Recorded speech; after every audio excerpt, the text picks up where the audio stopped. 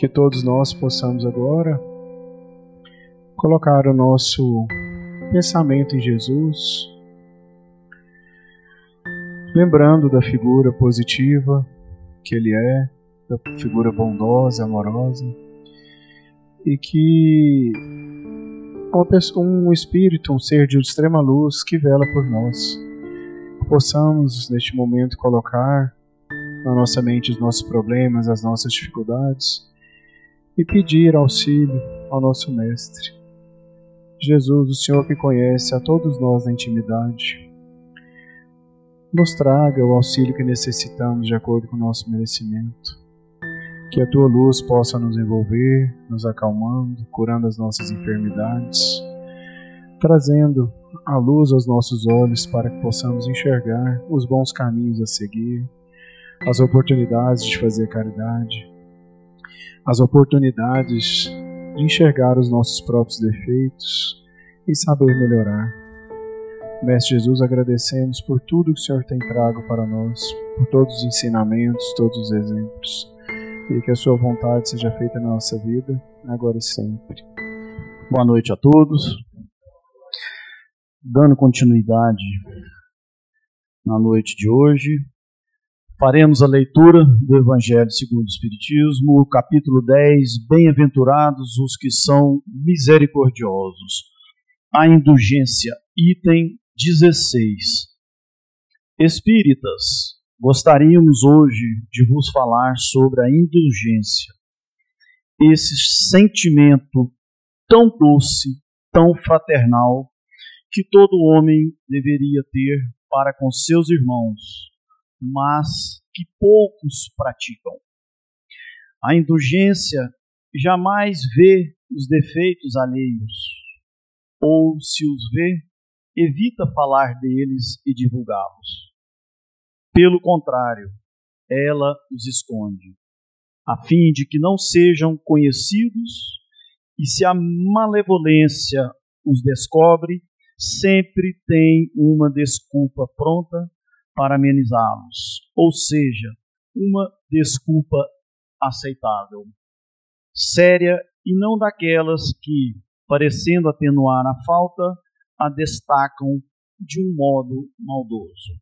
A indulgência nunca se interessa pelos maus atos dos outros, a menos que isso seja para prestar um serviço, exemplificando, e ainda tem o cuidado de atenuá-los tanto quanto possível.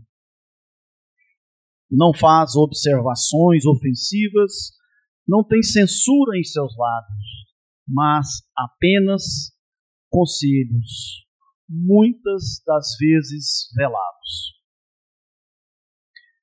Quando vos lançais à crítica, que conclusões se deve tirar de vossas palavras?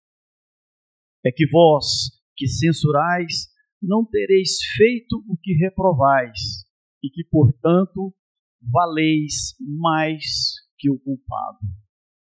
Homens, quando então julgareis os vossos próprios corações, os vossos próprios pensamentos, os vossos próprios atos, sem vos ocupardes do que fazem vossos irmãos?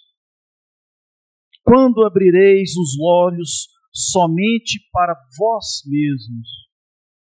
Sede, portanto, severos para convosco mesmos e indulgente para com os outros. Pensai naquele que julga em última instância, que vê os pensamentos secretos de cada coração e, consequentemente, perdoa muitas vezes os erros que repreendeis, ou condena os que desculpais, pois conhece bem a causa de todos os atos. Pensai que vós, que proclamai tão alto, maldito, podereis, talvez, ter cometido erros mais graves. Sede indulgentes, meus amigos, pois a indulgência encanta. acalma, reergue, enquanto a severidade discrimina, distancia e irrita. Muito obrigado. Boa noite, meus irmãos. Que a paz do nosso Mestre Jesus esteja conosco, que a gente possa juntos desfrutarmos um pouco dessa palavra que a gente tanto vê no Evangelho, que é a indulgência, né?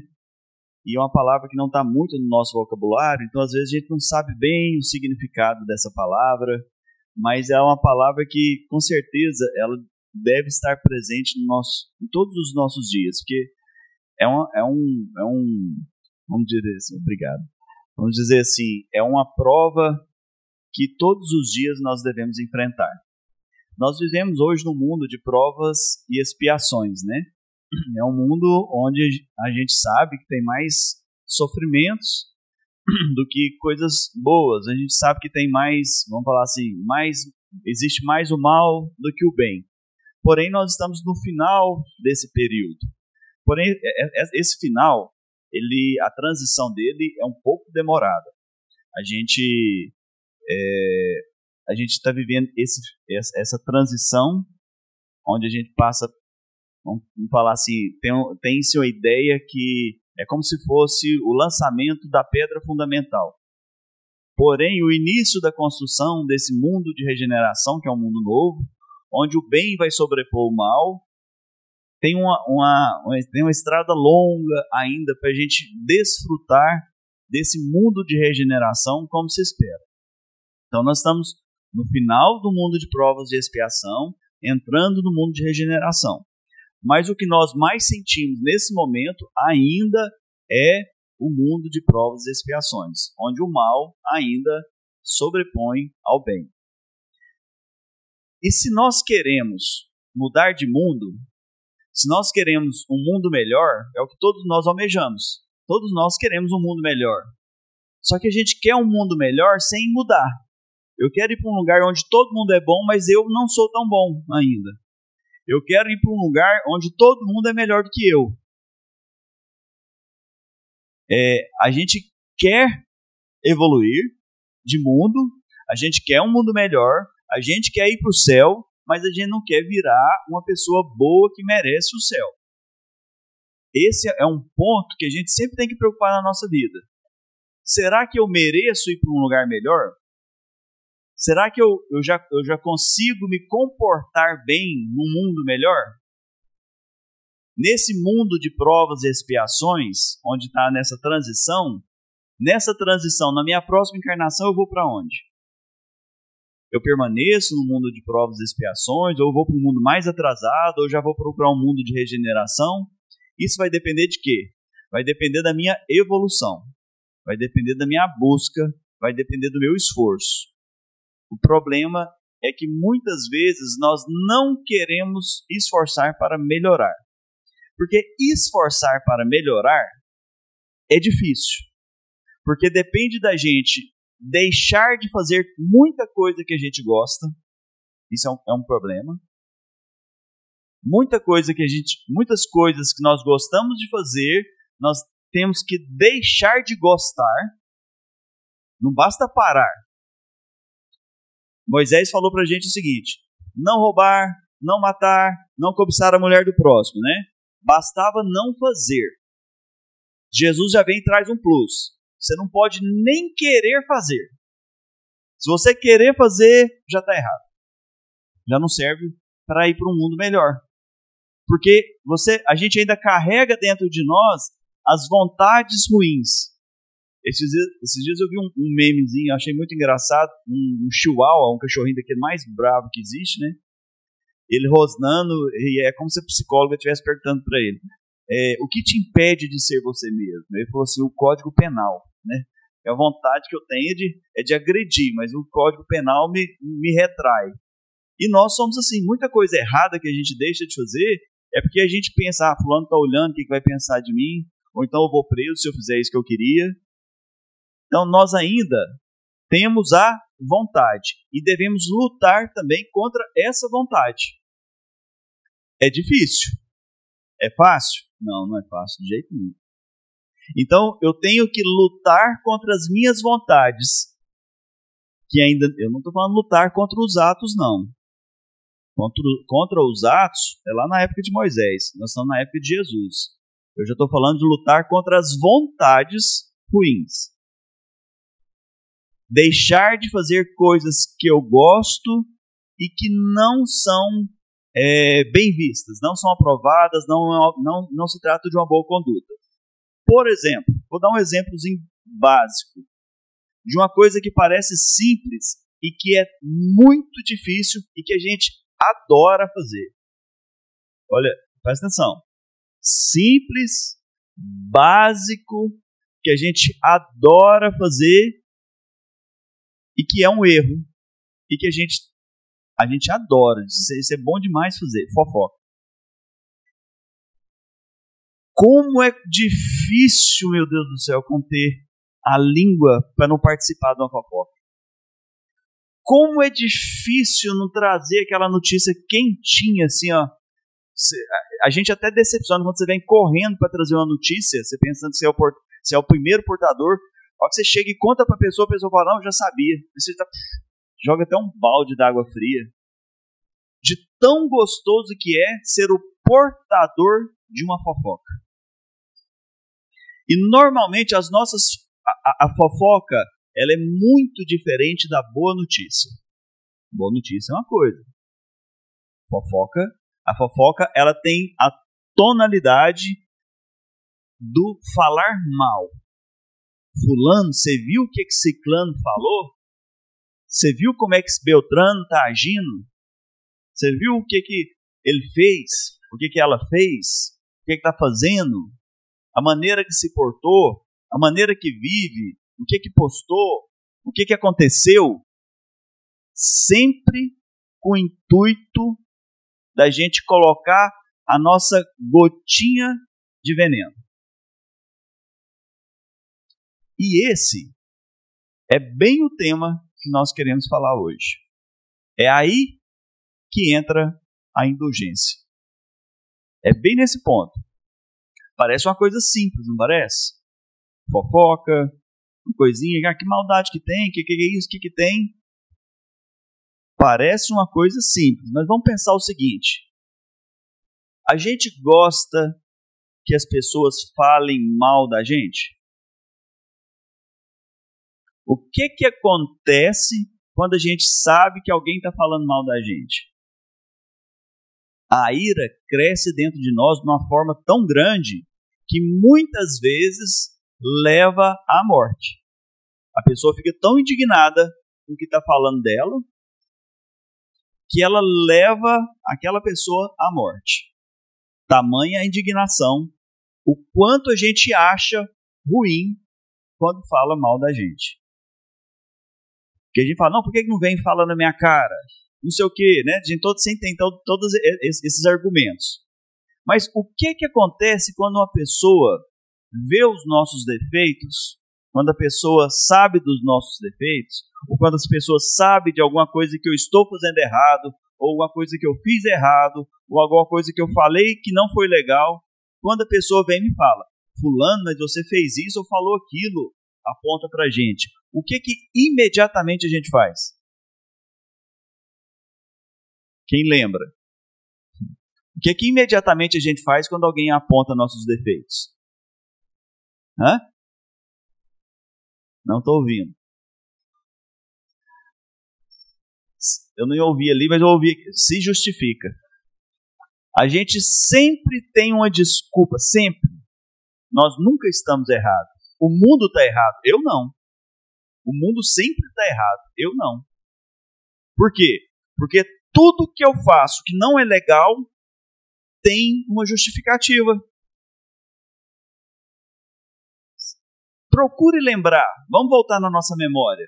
Quando alguém nos apontou alguma coisa de errado que a gente fez, a gente já tinha justificativa na ponta da língua.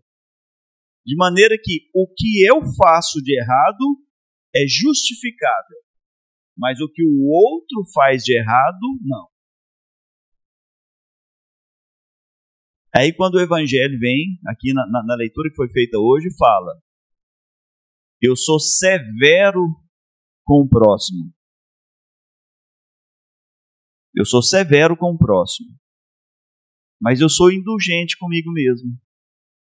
Comigo eu sou bonzinho. Tudo que eu faço tem uma explicação. Tudo de errado que eu faço tem uma explicação. Mas com o outro, por isso que Jesus vem e nos fala. A gente enxerga um cisco no olho do outro, mas não enxerga a trava que está no nosso olho. Né? A gente aponta os defeitos do outro, mas quando é o nosso, a gente senta em cima. A gente tem desculpa, a gente tem argumento. E o Evangelho nos faz esse convite. Pega essa severidade que você usa com o próximo e usa para você mesmo. E pega a indulgência que você tem com você, que é essa capacidade de compreensão dos seus erros. Essa capacidade de compreensão dos seus erros é a indulgência. Só que você está usando com a pessoa errada. Não é para você. Você não deve usar a indulgência com você. Você deve usar a indulgência com o outro. E os seus erros, quanto aos seus erros, quanto aos nossos erros, nós devemos ser severos. Aliás, nós devemos pedir para as pessoas: fulano, me ajude a corrigir meus erros. Me fale o que eu estou errando. Aponte meus erros. Então, aí dessa forma, eu estarei agindo certo. Eu estou sendo paciente com o próximo e estou sendo rigoroso comigo mesmo. Será que... Vamos ver se isso tem lógica. Vamos ver se essa troca de lugar tem lógica. O que o erro do outro, o que o outro está fazendo de errado, o outro está fazendo de errado, o que o outro está fazendo de errado que interfere na minha evolução? Nada. O que interfere na minha evolução é o que eu estou fazendo de errado. É o que eu estou pensando de errado. É o que eu estou com vontade de fazer de errado. Isso interfere na minha evolução. Então, por isso que eu posso ter paciência com o próximo, porque o erro dele é entre ele e Deus. Agora, o meu erro é entre eu e Deus. E se eu quero evoluir, se eu quero um mundo melhor, eu tenho que começar a me policiar. Esse negócio da gente falar é um ditado muito comum que a gente tem. Fulano não sabe de nada e fica tacando pedra na gente. Todo mundo já ouviu esse ditado. As pessoas ficam tacando pedra na gente porque fiz aquilo ou porque deixei de fazer aquilo. Esse ditado de tacar pedra vem lá da época de Jesus. Quando a mulher adúltera era levada para a praça pública para ser apedrejada. Todo mundo tinha o direito: olha, tem uma mulher aqui hoje para ser apedrejada. Trouxemos ela para a praça. Cada um pega a sua pedra, cada um se escolhe o seu tamanho, exercita a sua mira e tenta acertar a mulher. Nós vamos jogar a pedra nela até ela morrer. Então, isso era permitido na época. Cada um tinha o seu direito. Cada um tinha o direito de pegar uma pedra e arremessar na mulher. Por quê? Porque ela dizia-se que ela pecou. E a mulher adúltera devia ser apedrejada na praça pública até a morte. É os pecadores jogando pedra na pecadora. E quando eu estou falando mal da vida dos outros, que não é a minha, o que eu estou fazendo se não tacando pedra? A pedra tacada em algo, em alguma planta, em algum animal ou no homem, ela ajuda a construir o homem. Pedra tacada em algum lugar ajuda a construir alguma coisa? O que uma pedra arremessada normalmente faz? O estrago. Destrói. Pega uma árvore e começa a tacar pedra nela. Você vai destruir a árvore. Uma pessoa, um carro, um objeto, um prédio, qualquer coisa. Agora pega uma árvore, uma sementinha, e começa, ao invés de tacar pedra, começa a regar ela. Começa a colocar adubo. Esse dia eu estava falando com um amigo, nossa, minhas plantas não vai para frente. Ele falou, conversa com elas, tem que conversar com a planta. Vou experimentar. Conversa com a planta. Rega, dá carinho. O que vai acontecer com essa planta? Ela vai crescer. E qual daquela planta que você regou, que você deu carinho, que você participou do crescimento, que você ajudou no crescimento, qual foi o seu papel na história daquela planta? Você teve um papel positivo ou negativo? Positivo. E se eu tacar pedra, talvez ela nem cresça, mas se ela crescer, eu, Guilherme, taquei pedra numa planta o tempo que eu pude. Mesmo assim ela cresceu. Porque tinha outros que regavam, tinha outros que cuidavam, enquanto o Guilherme tacava pedra. Mas mesmo assim, no meio da dificuldade, essa planta ainda cresceu. Na história daquela planta, quem é o Guilherme na história daquela planta? Um destruidor, que tentou de todas as formas destruir ela, mas não deu conta. Quanto tantos outros têm papéis maravilhosos que ajudou na construção daquela planta. Quando nós erramos, ou quando nossos irmãos erram, por qualquer motivo que seja, vamos pensar, até para ficar mais fácil, vamos pensar num caso bem complicado. Eu nem vou falar não, vou deixar cada um criar. Cada um cria uma situação difícil. Pega aquela notícia horrorosa no jornal, que você torce o jornal e sai sangue. Pega aquela pessoa que fez aquilo. Aquela notícia triste que você viu no jornal, de arrepiar. Quem é aquela pessoa que fez aquilo? Né?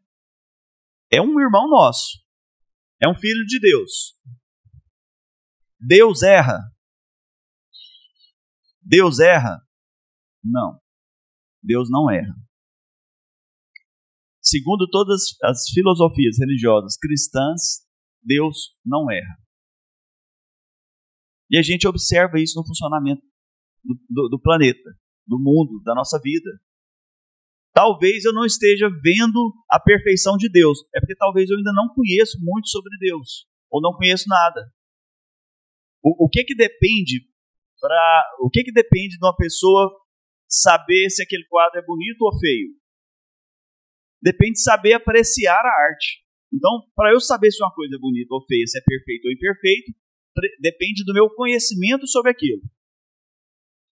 E a maioria de nós não temos conhecimento sobre a vida.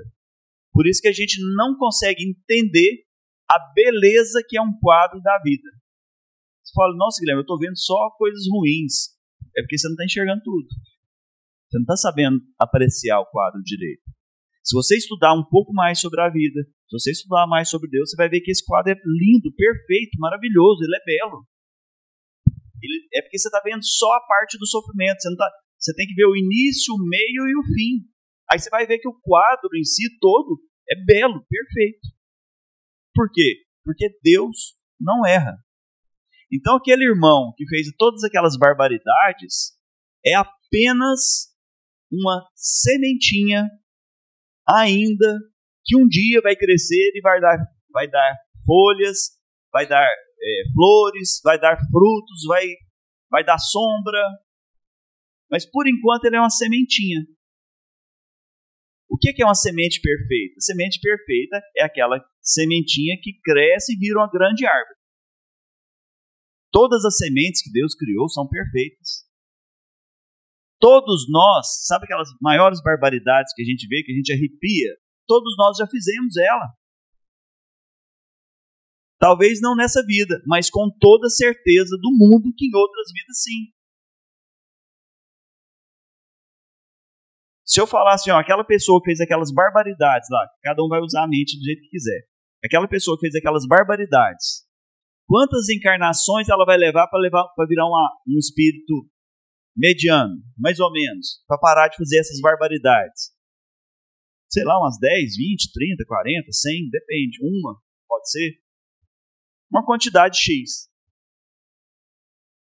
Uma quantidade X, não sei, média, X. Se pegar qualquer um de nós aqui e voltar algumas encarnações, nós estávamos em encarnações passadas fazendo as mesmas coisas que ele. Se pegar Jesus e voltar a bilhões e trilhões e trilhões e trilhões de anos atrás, estava lá Jesus fazendo a mesma coisa, aquelas mesmas barbaridades. Quando Jesus ainda era uma sementinha. O negócio é que agora eu vejo um Jesus que é uma árvore frondosa, que dá uma sombra que parece infinita, que alimenta todas as almas carentes, que alivia todas as dores do mundo. Mas essa grande árvore já foi uma sementinha. Mas ela era perfeita. Ela é programada para crescer e dar frutos maravilhosos. Como aquele irmão também vai chegar a ser um dia. Como eu também já fiz coisas, se não nessa vida, em outras vidas, coisas horrorosas. Coisas que eu nem posso lembrar, senão eu entro num estado de depressão e culpa infinito. Por isso Deus vem, traz, joga o seu manto sobre a nossa memória para não deixar a gente lembrar do passado. É uma dívida tão enorme que Deus fala assim, olha, eu não vou te mostrar o tamanho da sua dívida, senão você vai descrençar de pagar. Eu vou todo dia dar um pedacinho dela para você pagar. Como você tem eternidade, você tem muito tempo para pagar, pode ficar tranquilo. Mas à medida que eu ver que o seu ombro já está forte, eu vou te trazendo um pouquinho da sua dívida para você pagar devagar. Porque se eu te mostrar o tamanho dessa dívida, você descrença. Isso é a perfeição de Deus. Então, meus irmãos, quem sou eu? Lembrando da árvore que eu falei que era apedrejada, quando a gente pega um irmão que fez uma coisa muito errada, que a gente abomina, vamos pensar que aquele irmão é uma semente. E ele vai crescer. E vai dar bons frutos. E se brincar, ele passa na minha frente ainda. Talvez ele cresça mais rápido que eu. Talvez hoje eu seja uma árvore maior que ele, mas de repente eu fico estagnado e ele de repente me passa. E se a gente pegar um filme da vida dele, das influências que ele já recebeu, quem fui eu na vida dele? Fui uma das pessoas que tacou pedra, ou fui uma das pessoas que, apesar dos pesares, apesar de toda a maldade que ele possa ter feito, eu fui um que cheguei e falei, tudo vai passar, você vai dar conta, vai melhorar. Procure estudar Jesus. Ou que eu fizesse uma prece, qualquer coisa. Mas que eu, pelo menos, que eu possa saber, que ele possa saber que eu não fui um dos que taquei pedra. E tacar pedra é tipo assim, sabe quando tá aquela rodinha de gente falando mal? E a gente chega na rodinha, imediatamente a gente tem algo para comentar sobre aquele assunto. Esse comentário negativo é o nosso convite aqui de hoje para a gente entrar numa nova etapa na nossa vida de renunciar a esse comentário. Pode ser a pior das barbaridades que a pessoa fez. Se eu não posso contribuir com algo positivo, que eu pelo menos silencie e saia de perto.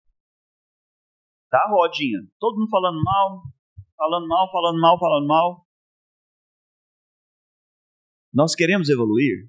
Sim, nós queremos. Nós queremos um mundo melhor? Queremos. Então nós precisamos de atitudes melhores. E a indulgência é um grande marco na nossa vida. É um divisor de águas. Quando a gente começa a dar conta de segurar a língua e fazer, nem que seja uma simples prece em favor daquele desgraçado, que tem um caminho de sofrimento enorme pela vida. Porque aqui se faz e aqui se paga. A gente não fala dessa vida, né? A gente fala da terra, né? E paga cada centavo.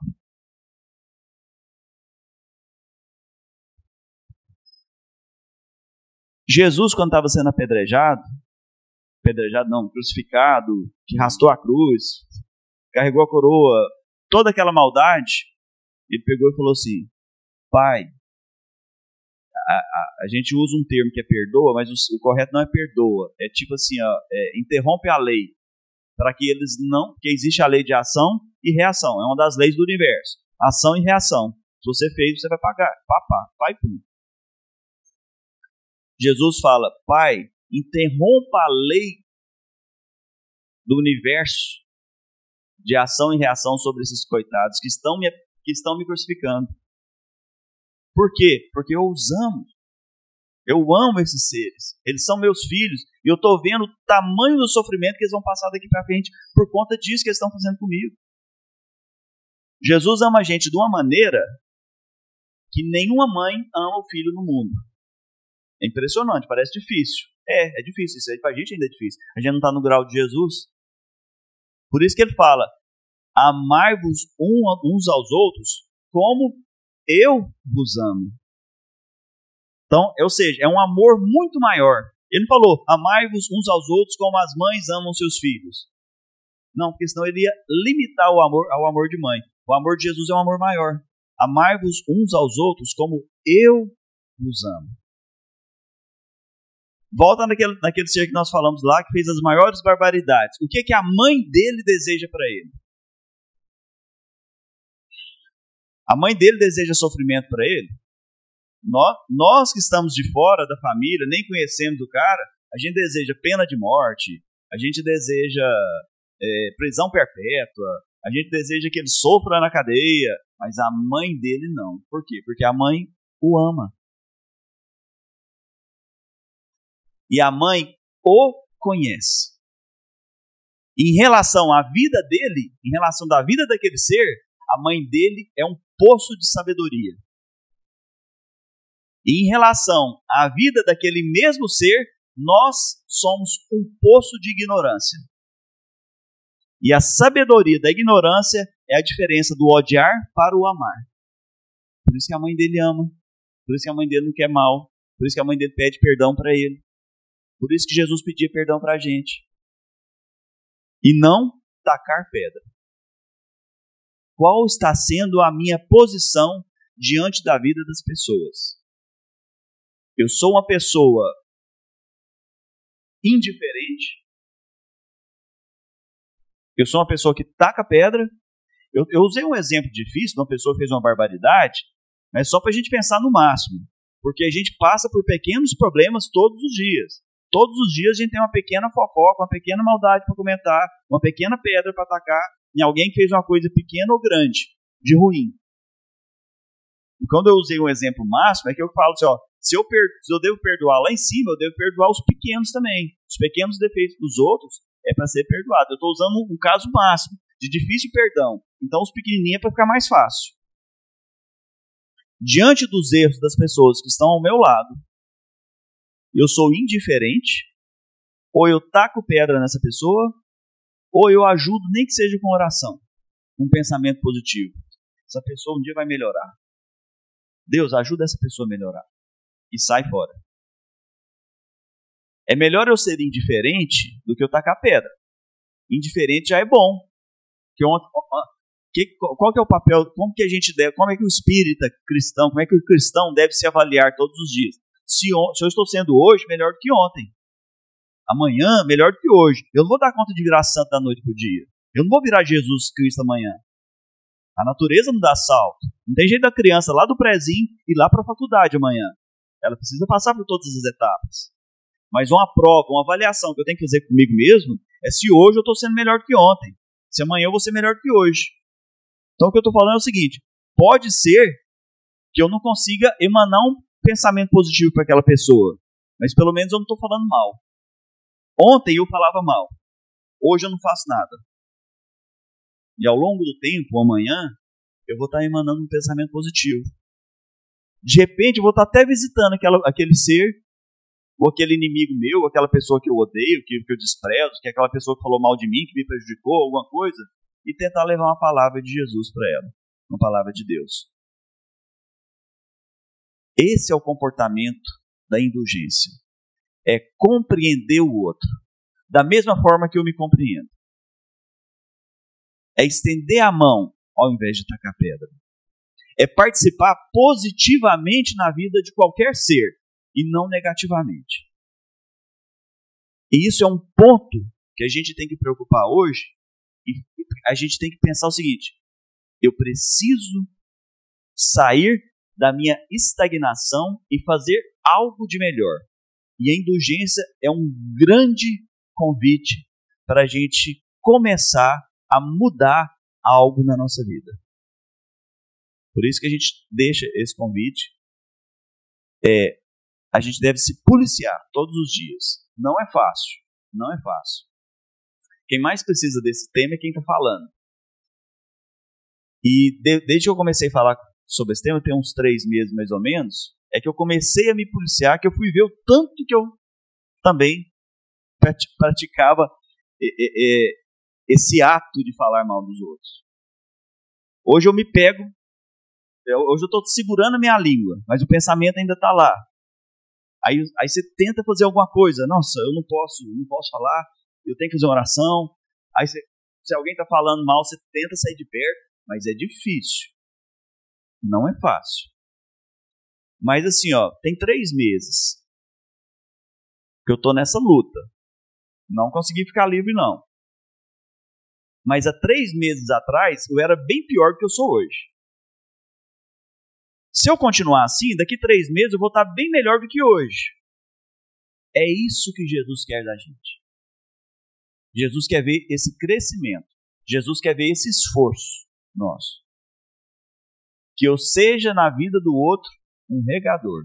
Que eu cuide dos meus problemas. Certo?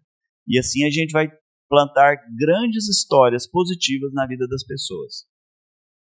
Tá bom? Que Jesus nos abençoe, que possamos voltar em paz aos nossos lares. Obrigado.